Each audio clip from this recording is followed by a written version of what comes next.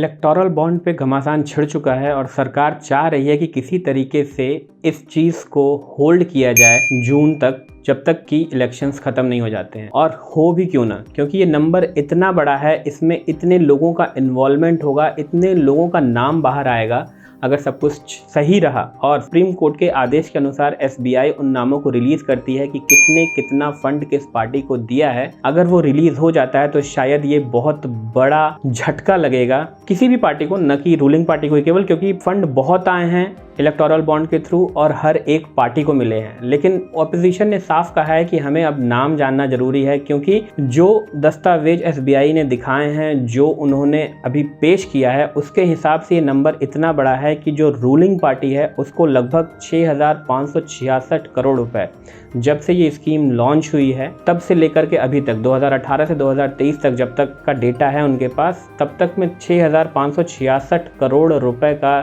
जो फंड है वो बीजेपी के पास है। और अगर परसेंटेज में बात करें तो ये लगभग 57% होता है।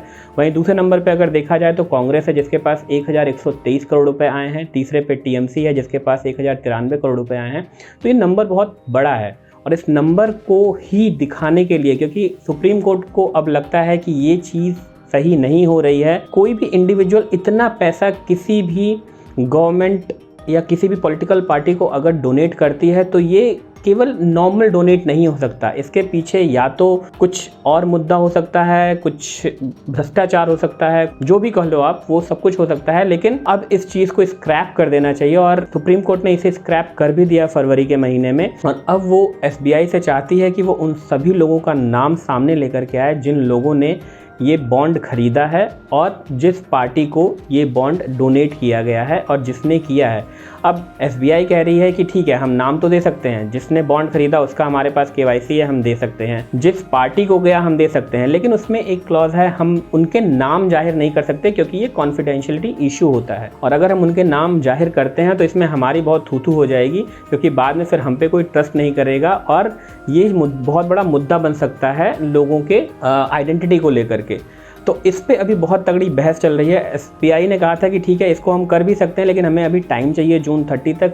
और इस पे भड़क गई है सुप्रीम कोर्ट, जिसने कहा है कि पिछले एक महीने में आपने कुछ ऐसा किया है जो आप मुझे बता सको कि हाँ, हम ये काम कर रहे थे जिसकी वजह से हमें लेट हो रहा है और हमें और टाइम चाहिए। आपने कुछ नहीं किया, तो अब आप एक काम करिए, 24 घंटे के अंदर हमें ये पहले डेटा दीजिए। उसके बाद 15 मार्च की शाम तक आप उन सभी लोगों के नाम वेबसाइट पर डालिए, जिससे लोगों को पता चले कि किसने कितने पैसे डोनेट किए हैं और किस पार्टी को दिए हैं। तो ये बहुत बड़ा मुद्दा है और अगर इसमें नाम आते हैं तो लोग आस बना के बैठे हुए हैं कि अंबानी के नाम आएंगे, अदानी के नाम आएंगे। हो सकता है इससे उल्टा भी हो जाए, और हो सकता है क्योंकि अब इसमें महामहिम राष्ट्रपति का इसमें इन्वॉल्वमेंट होने जा रहा है, तो हो सकता है कि कुछ ऐसा हो कि ये नाम कभी बाहर आ ही ना पाए, कुछ न कुछ, क्योंकि बीजेपी लास्ट बॉल पे छक्का मारती है, तो हो सकता है यहाँ पर भी छक्का मार के वो निकल जाए।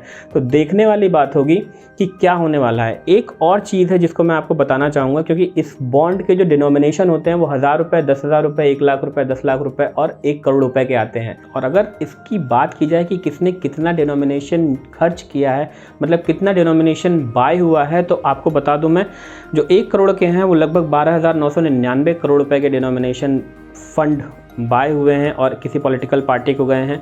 अगर 10 लाख की बात करें तो वो लगभग 761 करोड़ रुपए के बाय हुए हैं। अगर 1 लाख की बात की जाए तो लगभग वो 30 करोड़ 88 लाख के बाय हुए हैं। तो इतनी बड़ी रकम केवल इन डिनोमिनेशंस के थ्रू बाय हुई हैं और एक पॉलिटिकल पार्टी को दी गई हैं, जो कि इंडिया जैसी कंट्री में जहाँ पे लोग 1,000 रुपये भी डोनेट करना नहीं चाहते हैं, अगर डोनेट किया भी है तो 1,000 रुपये वाला बहुत कम लोगों ने किया है। तो अब देखते हैं कि एसबीआई क्या चीज़ सामने लेकर के आती है और क्या करती है आगे। आप देख रहे हैं मेरा चैनल अगर यूट्यूब पे, तो please like and subscribe my channel. Thank you for watching my video.